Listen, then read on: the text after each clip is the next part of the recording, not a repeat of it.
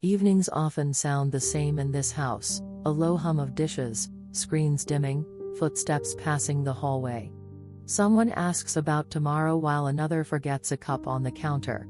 The light above the sink stays on longer than needed. There are people nearby, voices within reach, and still a thin space opens inside the chest. It is not loud or dramatic, just a quiet distance that sits beside the table. Hands keep moving, wiping, stacking, folding, as if motion can hold the room together. Outside, a neighbor's door closes and the evening settles without comment. Inside, breath slows for a moment, and nothing needs to be said. Time does not explain itself here, it simply waits with the quiet patience of a clock unheard. The room holds everyone, and the distance too, like a chair left open for something unnamed. Nothing is asked of it, tonight, maybe ever. After dinner, the table stays crowded with small things that do not belong together. A homework sheet, a spoon drying on a towel, a phone face down, a receipt curled like a leaf. Someone is still chewing, someone is already rinsing, and the faucet makes its thin, steady song. In the doorway, a laugh rises, then softens, then passes into another room where it does not need an answer. The house is full, yet a quiet gap can sit right in the middle of it, as if a window were open somewhere unseen. It shows up when names are called and replied to, when plans are made, when small jokes land, and still something inside stays a step behind. No one has done anything wrong, and there is nothing to fix in the moment. It is only that familiar distance, polite and quiet, standing near the counter with the dish soap. A child asks for water, and the cup is filled without looking up, because the hands already know the routine. The lid twists on, the straw slides in, and the cup is carried across the room while a conversation continues above it. There are ordinary questions, the kind that keep a family moving, and they come like pebbles dropped into a bowl. The answers are given, and the bowl keeps sounding, and for a second the ears notice the sound more than the words. In the sink, a pot waits, its bottom dark from heat, and the water turns cloudy as soon as it touches it. A sponge moves in circles, slow at first, then faster, then slow again, following the way tiredness comes and goes. From the living room, a voice says something kind, maybe a reminder, maybe a story, and it is heard as warmth but not quite as closeness. The body stays here at the sink, present and useful, while the mind stands a little to the side, watching. Sometimes the distance feels like a coat kept on indoors, not heavy, just slightly in the way when someone reaches for a hug. The arms go around each other, the gesture is real, and still the heart stays cool for an instant, as if it is waiting for permission. On the fridge, a drawing is held by a magnet, and the paper has begun to curl at the corners from the kitchen steam. It is proof of being together, and it hangs there quietly, not asking the feeling to match the fact. A message pings, and someone reads it aloud, and the room responds with the right sounds, interest, surprise, a quick comment. The distant part listens too, almost like a guest, nodding from the edge of the sofa. In the hallway mirror, the face that passes looks familiar and a little far away, as if seen through glass that needs wiping. A sleeve brushes the frame, and the reflection breaks, and the footsteps keep going toward the bedroom. Later, when the lights are lowered, the house speaks in smaller noises, the click of switches, the rustle of blankets, a sink quiet. A door is pulled nearly closed, leaving a thin line of light on the floor. Morning arrives without ceremony, light pressing gently through the curtains before anyone is ready to answer it. The floor is cool, and a forgotten sock waits near the bed, folded in on itself like it gave up halfway. From another room, a drawer opens and closes, the sound both familiar and distant at once. Coffee brews, slow and patient, filling the kitchen with a smell that usually gathers people together. Today it drifts instead, settling on the counters, the chairs, the quiet space between footsteps. Mugs are set out, one by one, their handles turned in different directions, as if each belongs to a slightly different morning. A spoon clinks, a small bright sound that echoes longer than expected. Words are exchanged while bread toasts and bags are packed. They are the right words, practical and kind, carrying the day forward without friction. Someone reminds, someone agrees, someone sighs softly, and the rhythm holds. Still, there is that same gentle distance, moving alongside the conversation like a shadow that does not belong to anyone in particular. A jacket is shrugged on, then off again, then hung properly this time. Keys are checked, pockets padded, the door tested once before opening. The outside air rushes in briefly, cool and awake, brushing past everyone in the room. It feels close for a second, like something honest and immediate, and then the door closes and it is gone. The table remains with its quiet leftovers, crumbs, a folded note, a pencil rolled to the edge. Hands gather these things without thinking, sweeping them into order. There is comfort in the motion, in knowing where everything goes.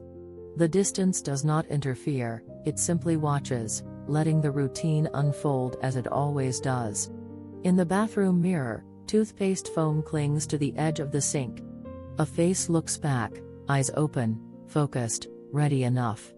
The reflection carries the same calm distance as the kitchen did, not alarming, just slightly muted, like sound through a closed door. Water runs, warm, steady, and the mirror clouds for a moment before clearing again. Someone passes through the hallway, offering a quick smile, a touch on the shoulder that lands and lifts at the same time. The body registers it fully, warmth through fabric, a familiar weight. Inside, the feeling arrives a beat later, careful, as if it wants to be sure it is welcome before stepping in. Nothing is said about it, because nothing needs to be named for the day to continue. Shoes line up near the door, toes pointing outward, ready. A backpack rests against the wall, heavier than it looks. The clock ticks, unhurried, counting the minutes that belong to everyone and no one. When the door finally opens again, voices move with it, carrying plans and reminders into the open air. The house settles back into itself, still full, even as people leave. A chair is pushed in, and the room holds the space they occupied. Midday moves more quietly than morning, as if it does not want attention. The house holds its breath between sounds, a pause shaped like sunlight on the floor. Dust drifts where footsteps were earlier, visible only when the light shifts. Laundry waits in a basket near the door, warm from the dryer, carrying the faint smell of soap. Shirts and socks are folded slowly, corners lined up, then adjusted again without urgency. The hands remember how each piece belongs, where it will rest later, close to skin. There is care in this, even when the mind is elsewhere. From outside, a distant engine passes, then fades. A bird lands on the fence, stays long enough to be noticed, then lifts away. The room does not follow it, staying with the hum of the refrigerator and the clock's soft insistence. Time feels wide here, not empty, just open enough for the distance to sit comfortably. A message arrives on the phone, read and answered with a few careful words. The screen goes dark again, reflecting a face that looks present and slightly far away. It is the same look from the morning mirror, only gentler now, less hurried. The distance has softened, like fabric worn smooth. In the kitchen, a mug is rinsed and set upside down to dry. Water beads on the counter, catching the light in small, brief flashes. The sound of running water fills the space fully, leaving no room for thought, only sensation. For a moment, that is enough. A chair is pulled out and then pushed back in without being used. The table stands ready, patient, holding nothing in particular. There are hours still ahead, tasks waiting somewhere off to the side. They do not press yet. Sometimes the distance feels less like separation and more like a quiet buffer, a layer of air. It allows sounds to arrive gently, touch lightly, and move on. Voices from memory drift through, conversations from other days, other kitchens, other afternoons. They come without demand, then settle back into silence. The floor creaks near the hallway, a familiar complaint. A window is open just enough to let in outside air, carrying the smell of leaves and pavement. The breeze moves the curtain, slow and steady, like breathing. The room adjusts around it. In the stillness, the body notices itself again, weight in the chair, feet on the floor, shoulders lowering. There is no need to gather anyone, no one to answer right now. The distance remains, but it no longer feels like absence. It feels like space. A clock chimes softly, marking the hour without insisting it be used well. The sound spreads, then fades, leaving the house as it was. Light shifts again, and the afternoon continues, unremarked. Afternoon leans toward evening almost without notice, the light thinning, the air cooling in small degrees. The house begins to prepare itself again, not with intention, just with habit. A lamp is switched on though the sun has not fully left yet. Groceries wait on the counter, bags slouched against each other like tired travelers. They are unpacked slowly, cans lined up, produce rinsed and placed where it belongs. The sound of plastic crinkling is oddly loud, filling the room and then disappearing. Silence returns, softer than before. A message from earlier is remembered and answered now, words chosen with care, then erased once, then sent. The phone rests face down again, quiet and obedient. The distance is here too, hovering nearby, not interfering. It feels companionable, like a pause that does not need to end. In the hallway, shoes are nudged back into line with the edge of a foot. A jacket is lifted, felt for weight, then left where it hangs. There is time still, enough to move without hurry. The clock confirms this with its steady hands. From outside, voices pass, belonging to someone else's evening. They fade quickly, leaving the house with its own familiar sounds. A floorboard creaks, then settles, as if relieved to be noticed. The distance listens, unbothered. At the sink, vegetables are chopped, the knife meeting the board in a regular rhythm. Each sound is clean, complete, nothing spilling over. The body moves easily here, following patterns learned long ago. Thoughts drift in and out without sticking. A pot is set on the stove, the flame catching with a small click. Heat rises, invisible but certain. The room warms in response, not just in temperature, but in tone. Still, the distance stays, a quiet witness near the edge of the counter. A child's voice carries in from outside, nearer now, then closer still. The door opens, footsteps scatter across the floor, and the house fills again with motion. Bags are dropped, stories begin halfway through, and the air shifts to accommodate them. The distance steps back slightly, making room. There are questions and answers, overlaps and pauses. Someone reaches for a glass without asking, and it is handed over easily. The gesture lands fully, ordinary and complete. For a moment, closeness feels uncomplicated. Steam rises from the pot, fogging the nearby window.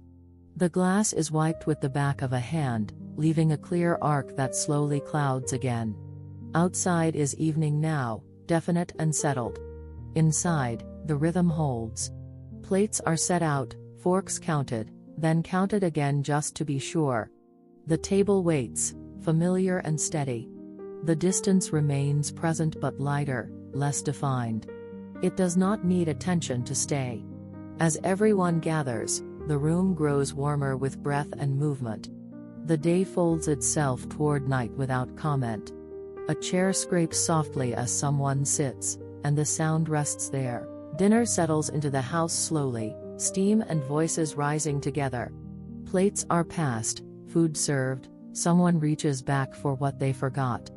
The table fills with the quiet choreography of a shared meal, practiced and unremarkable. There is comfort in knowing where to place things without asking. Conversation moves in loose circles, touching on the day, skimming the surface of stories. Some details are repeated, others left unfinished, and no one presses for more. Laughter appears briefly, then fades, leaving behind an easy silence. The distance sits here too, pulled up close to the table, listening. A fork taps against a plate, an accidental sound that feels louder than it is. Someone pauses, then continues eating, the moment passing without consequence. The body leans in and out of the table's edge, relaxed, familiar. Being here does not require effort. Across the room, the light has shifted again, softer now, spreading shadows gently. A lamp hums faintly, barely noticeable unless the room grows very quiet. The distance feels less like something inside and more like the space between breaths. It comes and goes without announcement. A child tells a story with hands as much as words, gestures cutting the air. Attention gathers around the movement, smiles appearing easily. The story ends where it began, not needing a conclusion. Plates scrape softly as someone reaches for more. Food cools on the plate, still good, still enough. Someone eats slower than the others, lost for a moment in taste or thought. No one comments. The room allows this.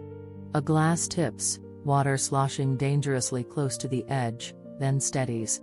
A napkin appears, pressed flat, folded once, then used. The small crisis dissolves into nothing, leaving only damp fabric and a faint mark on the table. The distance does not react, it never does. As the meal winds down, movements become smaller. Forks rest, chairs shift, a sigh releases quietly into the room. The table holds what remains without judgment. Being unfinished is allowed here. Plates are gathered, stacked carefully, the clink of ceramic gentle and contained. Someone carries them to the sink, balancing more than feels wise. Water runs, dishes slide beneath it, hands working together without coordination. The sound fills the space completely. At the table, crumbs are brushed into a waiting palm. The surface is wiped, once, then again where a mark remains. The distance drifts slightly farther back, giving the room more of itself. Nothing has pushed it away. When the kitchen finally quiets, the house feels heavier, settled. Bodies move toward softer places, couches, beds, corners of the evening. Lights are dimmed without discussion. The day loosens its grip. A chair is pushed in, aligning with the others. The table stands clear again, patient as ever. In the calm that follows, closeness and distance rest side by side, neither asking to be named. Night enters the house quietly, as if it has learned not to interrupt. Rooms soften around their edges, corners blur, and the air cools just enough to notice. Footsteps sound different now, slower, less certain about where they are going. In the bathroom, water runs again, warmer this time, filling the sink with a low, steady noise. Hands move through familiar motions, rinsing, wiping, turning taps without thought. The mirror reflects a face lit from above, gentler in this light, lines eased by shadow. The distance is here too, but it has changed shape. Down the hallway, a door closes partway, leaving a narrow gap of light. From behind it, a quiet sound rises, breathing, shifting blankets, the small movements of settling. The house listens without responding. It has learned this rhythm. A lamp clicks off in the living room, and the space exhales. The couch holds its shape, still warm, a faint imprint left behind. A book rests open where it was set down, pages unmoving, patient. Nothing insists on being finished tonight. In the kitchen, one last cup waits by the sink. It is rinsed and placed upside down, a small act of completion that does not feel important until it is done. The counter dries on its own, water fading into the surface. Silence spreads easily. Outside, the world continues at a distance now too, traffic reduced to a low murmur, voices gone. A streetlight flickers on, casting a pale square through the window. The light stays there, steady, asking nothing. The room accepts it. In the bedroom, sheets are pulled back, then smoothed again. The fabric is cool at first, then warms quickly. The body settles into it, weight finding its place without adjustment. Breath slows. Thoughts arrive, as they often do now, loose and unformed. They drift past without staying, carried by the quiet. The distance no longer feels like something between people. It feels like depth. From another room, a soft sound, maybe a door, maybe a step, then nothing. The house is full of these almost sounds, reminders of others resting nearby. Presence does not need proof here. It simply exists. The ceiling holds the dim light without complaint. Shadows move as someone shifts in their sleep. Time stretches, wide and unmarked. There is nowhere else to be. The distance rests, finally, not standing watch, not waiting to leave. It lies down too, folding into the quiet of the room. What remains is neither closeness nor separation, just the steady fact of being here. Breath in, breath out. Outside the window, the light hums softly. Inside, the house keeps still. Nothing needs to be said before sleep arrives. The house settles into a quieter shape now, familiar and unremarkable. Walls hold the warmth of the day without comment. Somewhere, a clock keeps time gently, not asking to be noticed. There are people resting in different rooms, close enough to hear if needed. There is space too, resting among them, unclaimed and calm. Nothing presses against it. A light remains on in one corner, soft and steady. Its glow touches the floor and stops. Shadows stay where they are. Breath moves in its own rhythm, slow enough to follow without effort. Thoughts drift and thin, like sound traveling through a closed door. What mattered earlier has loosened its hold. The distance that once felt sharp now feels wide and quiet. It does not ask to be crossed. It does not ask to stay. Outside, the night continues without attention. Inside, the house keeps still, holding everyone as they are. The moment does not need anything from anyone.